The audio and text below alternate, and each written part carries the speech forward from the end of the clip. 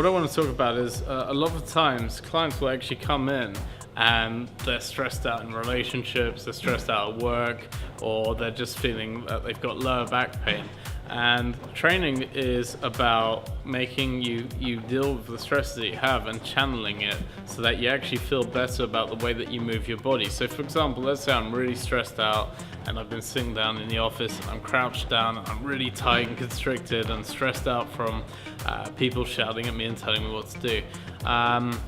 You've got to imagine that your diaphragm, your chest has been tightened up. So the best thing I could do for you right now is actually to stretch out the chest, do mobility work on the chest, and then work on anything to do with opening up the back, strengthening the back, things like seated rows and prone rows. And then the other thing would be to mobilize the hips, because sitting down, you tend to be sitting down and you're hinged in your hip.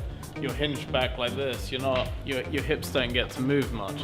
So good things to do would be to do things like a muscular snatch, where you open up the shoulders, you stick the hips back, you can use it with a stick, you can use it with body weight.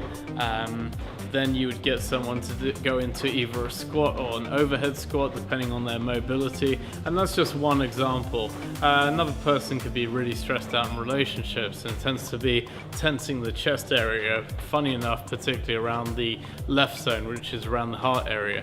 And what you can do is you can do trigger points in that area. So it's about finding training that gives you a mental reset from the stresses that you've got in whatever aspect of life that you're having a hard time with, whether it's relationships, social, family, work, finances.